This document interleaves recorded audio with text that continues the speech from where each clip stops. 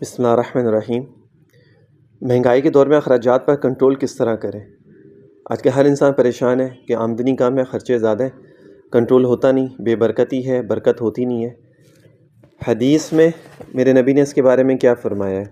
Kindly پورا بیان and تک ضرور سنیے گا تاکہ آپ لوگوں کو بات جو ہے نا وہ صحیح طریقے سے سمجھ میں آ جائے اور پھر آپ اسی طرح اس کے اوپر عمل کریں، انشاءاللہ تعالیٰ اللہ تعالیٰ آپ کے لیے آسانی فرما دے گا۔ حضرت عبداللہ بن عمر سے روایت ہے، فرمایا رسول اللہ صلی اللہ علیہ وآلہ وسلم نے اخراجات میں میانہ روی اختیار کرنا نفس معیشت زندگی گزارنے کا طریقہ ہے۔ میانہ روی رکھنا، اچھی نیت سے نیک مقصد کے لیے دنیا کی دولت حلال ذریعے سے حاصل کرنے کی کوشش کرنا صرف جائز ہی نہیں بلکہ بہت بڑی نیکی ہے۔ آپ صلی اللہ علیہ وآلہ وسلم نے فرمایا، جو شخص دنیا کی دولت حلال طریقے سے حاصل کرے اور اس مقصد کے لیے حاصل کرے کہ دوسروں کے آگے ہاتھ نہ پھیلانا پڑے، دوسروں سے مانگنے سے بچا رہے، اپنے اہل و عیال کے لیے روزی اور آرام آسائش کا سامان مہیا کر سکے اور اپنے ہمسایوں کے ساتھ بھی احسان و اچھا سلوک کر سکے، تو ایسا شخص قیامت کے دن اللہ تعالیٰ کی بارگاہ میں اس شان کے ساتھ حاضر ہوگا کہ اس کا چہرہ 14ویں رات کی چاند کی طرح چمکتا ہو اور روشن ہوگا۔ اس کے بعد میرے نبی نے فرمایا، جو شخص دنیا کی دولت حلال طریقے ہی سے حاصل کرے لیکن اس کا مقصد یہ ہو کہ وہ بہت بڑا مالدار ہو جائے اور اس دولت مندی کی وجہ سے دوسروں کے مقابلے میں اپنی شان اور اچھی کر سکے اور لوگوں کی نظروں میں بڑا بننے کے لیے دولت حاصل کر سکے، تو ایسا شخص قیامت کے روز اللہ تعالیٰ سے اس حال میں ملے گا کہ اللہ تعالیٰ اس پر غضبناک ہوگا۔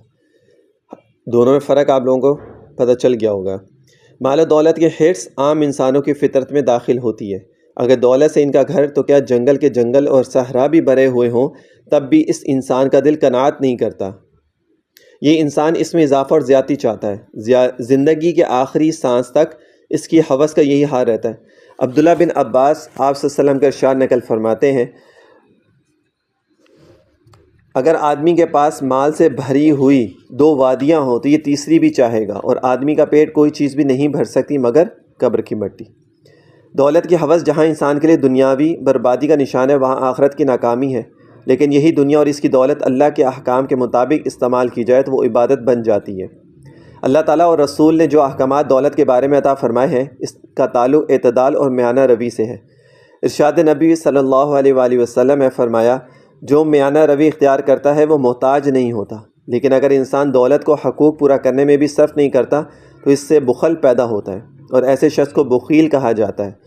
میرے نبی نے فرمایا، بخل اور ایمان کسی مومن بندے کے دل میں کبھی جمع نہیں ہو سکتے، یعنی بخل اور ایمان دونوں ایک جگہ جمع نہیں ہو سکتے، اور اگر انسان بیجا خرچ کرنا شروع کر دے تو اسے اسراف اور فضول خرچی کہتے ہیں، جس سے اللہ نے منع فرمایا، کلوا واشربوا ولا تسرفوا، کھاؤ پیو لیکن فضول خرچی نہ کرو۔ معلوم ہوا کہ اگر مناسب جگہ بھی نہ خرچ کیا جائے تو بخل ہے، اور اگر بے جا خرچ کیا جائے تو فضول خرچی ہے۔ ان دو کے درمیان انفاق فی سبیل اللہ، یعنی اللہ کے راستے میں خرچ کرنا ہے، اور یہی خرچ کرنے کا صحیح طریقہ ہے۔ علماء نے اللہ کے راستے میں خرچ کرنے کی وضاحت فرمائی ہے کہ اگر اللہ کے بتائے ہوئے حقوق پر خرچ کیا، یہ ان کے لیے خرچ کرنا، اپنی جان پر، اپنے گھر والوں پر، اپنے بچوں پر خرچ کرنا بھی اللہ کی خاطر ہو تو وہ عبادت ہے۔ صحیح مسلم میں حضرت ابو ہریرہ سے روایت ہے کہ آپ صلی اللہ علیہ وسلم نے فرمایا، 1 دینار تم نے اللہ کے راستے میں خرچ کیا، 1 دینار غلام کے آزاد کرنے میں خرچ کیا، 1 دینار مسکینوں پر خرچ کیا، اور 1 دینار گھر والوں پر خرچ کیا، تو وہ دینار جو گھر والوں پر خرچ کیا اس کا درجہ سب سے زیادہ ہے۔ حتیٰ کہ میرے نبی نے فرمایا کہ تم اللہ کی رضا اور خوشنودی کی خاطر اگر بیوی کو 1 لقمہ بھی کھلاؤ گے، اللہ اس کا بھی اجر دے گا اور وہ صدقہ ہے۔ یہ بات درست ہے کہ سادگی ایمان کا حصہ ہے، لیکن اللہ تعالیٰ جب نصیب فرمائے اور وسعت گنجائش ہو تو بدحال اور میلے کچیلے کپڑوں میں رہنا درست نہیں ہے۔ ایک تابعی تھے، اپنے والد سے روایت کرتے ہیں کہ آپ صلی اللہ علیہ وسلم کی خدمت میں حاضر ہوا تو میں بہت معمولی اور گھٹیا قسم کے کپڑے پہنے ہوئے تھے۔ آپ نے مجھ سے فرمایا کہ کیا تمہارے پاس کچھ مال و دولت ہے؟ میں نے عرض کیا، جی ہاں، اللہ کا فضل ہے۔ آپ نے پوچھا، کس قسم کا مال ہے؟ میں نے عرض کیا، مجھے اللہ نے ہر قسم کا مال دے رکھا ہے، اونٹ، گائیں، بیل، بھیڑ، بکریاں، غلام، باندیاں بھی ہیں۔ آپ نے ارشاد فرمایا، جب اللہ نے تمہیں مال و دولت سے نوازا ہے تو پھر اللہ کے انعام و احسان کا اثر تمہارے اوپر بھی ضرور نظر آنا چاہیے۔ اللہ تعالیٰ جب بندے کو دے، بندہ اسے جائز خرچ کرے، چاہے اپنی ذات پر خرچ کرے، اللہ اسے پسند فرماتا ہے۔ میرے نبی نے فرمایا کہ یعنی اللہ تعالیٰ اس بات کو پسند فرماتا ہے کہ اپنے بندے پر اپنی دی ہوئی نعمت کا اثر دکھے، یعنی جو بھی اللہ تعالیٰ نے اس کو نعمتیں عطا کی ہیں تو اس کو استعمال بھی کرے تاکہ لوگوں کو پتہ چلے کہ اللہ تعالیٰ نے اس کو اتنی نعمتیں عطا فرمائی ہیں۔ معلوم ہوا کہ بخل و کنجوسی کی وجہ سے یا صرف طبیعت کے گوارا پن کی وجہ سے صاحب استطاعت ہونے کے باوجود گندے کپڑے پہننا یا اچھا کپڑا نہ پہننا یا اچھے طریقے سے نہ رہنا درست نہیں ہے۔ اللہ کی دی ہوئی نعمت اس کے بتائے ہوئے طریقوں پر خرچ کرنا یہ بھی شکر کا ایک انداز ہے۔ انسان کو کس حد تک خرچ کرنا چاہیے، وہ حدود اللہ اور اس کے رسول نے متعین فرما دی ہے۔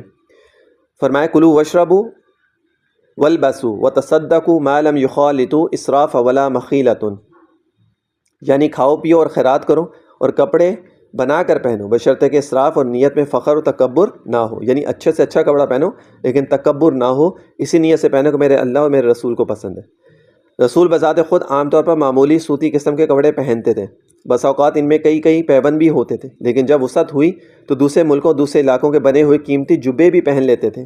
کئی روز فاقے سے بھی گزرے تھے، 2 ماہ تک آپ کے گھر میں آگ نہیں جلتی تھی، اور جب کھانے میسر ہوتے تو عمدہ کھانا بھی تناول فرما لیتے۔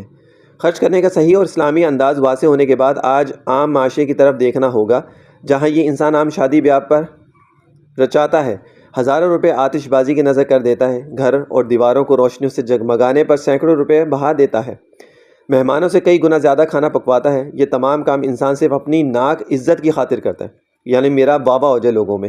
یہی وہ غلط انداز ہے جہاں وہ ایک لڑکی کی شادی کرتا ہے، اتنی ہی رقم میں عمدہ طریقے سے 10 لڑکیوں کی شادی کر سکتا ہے، گھر میں چند بلبلوں اور ٹیوب لائٹوں سے گزارا ہو سکتا ہے۔ یہ انسان ایک کمرے میں کئی بلب روشن کرتا ہے، چند کمروں میں چند افراد رہتے ہیں لیکن ہر کمرے میں ایئر کنڈیشن چل رہا ہے۔ یہی پیسے کے خرچ کرنے کا غلط انداز ہے۔ اسلام نے خرچ کرنے کی جگہیں بھی بالکل واضح طور پر سامنے رکھ دی ہیں۔ اپنے گھر والوں پر، اپنی ذات پر، ہمسایوں پر، رشتہ داروں پر خرچ کیجیے بقدر ضرورت اور بقدر حق، اور زکوٰۃ و صدقات جو اللہ نے بندے پر حکماً جاری فرمائے، ان کے لیے خدائے برتر نے جگہ مقرر فرما دی ہیں، جن میں غرباء، مساکین، قرض دار، مسافر وغیرہ شامل ہیں۔ لیکن آج کے معاشرے میں کچھ ایسے بھی لوگ ہیں جن کے بارے میں قرآن حکیم نشاندہی فرماتا ہے۔ ایسے لوگوں کو پہچان کر ان کی مدد کرنا اعلیٰ ترین اخلاقی خوبی ہے۔ فرمایا یحسبهم الجاہل اغنیاء من التعفف تعرفهم بسیماہم ولا یسألون الناس الحافا، یعنی ایسے لوگ جنہیں ناواقف مالدار سمجھتے ہیں لیکن آپ ان کو نشانیوں سے پہچان سکتے ہیں، یہ لوگوں سے لپٹ کر سوال نہیں کرتے۔ ان لوگوں کو ہمارے معاشرے میں سفید پوش کہا جاتا ہے، جو کسی بھی حالت میں مانگنا گوارا نہیں کرتے، حتیٰ کہ انہیں یہ بھی اندازہ ہو جائے کہ دینے والا غریب سمجھ کر دے رہا ہے تو لینے سے انکار کر دیتے ہیں۔ ایسے لوگوں کو ہدیے اور تحفے اور اشیاء ضرورت کو پیش کر کے ان پر خرچ کیا جا سکتا ہے۔ جب انسان کسی پر خرچ کرے تو خرچ کرنے کے ان آداب کو ضرور ملحوظ رکھے جو اللہ نے ارشاد فرمایا ہے۔ الذین ينفقون اموالهم فی سبیل اللہ ثم لا یتبعون ما انفقوا منا ولا اذلهم اجرهم عند ربهم ولا خوف علیہم ولا هم یحزنون۔ اس آیت میں اللہ نے خرچ کرنے کے یہ آداب بیان فرمائے کہ جب کسی پر خرچ کرے تو احسان نہ جتائیں اور رقم خرچ کر کے اسے دکھ نہ دے، اور ریاکاری سے خرچ نہ کیا جائے۔ اگر دکھاوے کے لیے خرچ کیا تو اللہ تعالیٰ کے یہاں اس کا کوئی اجر نہیں ہے۔ اللہ تعالیٰ ہمیں رزق حلال حاصل کرنے کی توفیق نصیب فرمائے اور ہمارے رزق میں برکت نصیب فرمائے اور پھر اسے خرچ کرنے کا سلیقہ بھی عطا فرمائے۔ یہ پورا طریقہ ہوتا ہے کہ اگر مہنگائی ہے تو اس میں اعتدال کیسے رکھیں، کہاں خرچ کرنا چاہیے، کس طرح خرچ کرنا چاہیے اور کیسے رہنا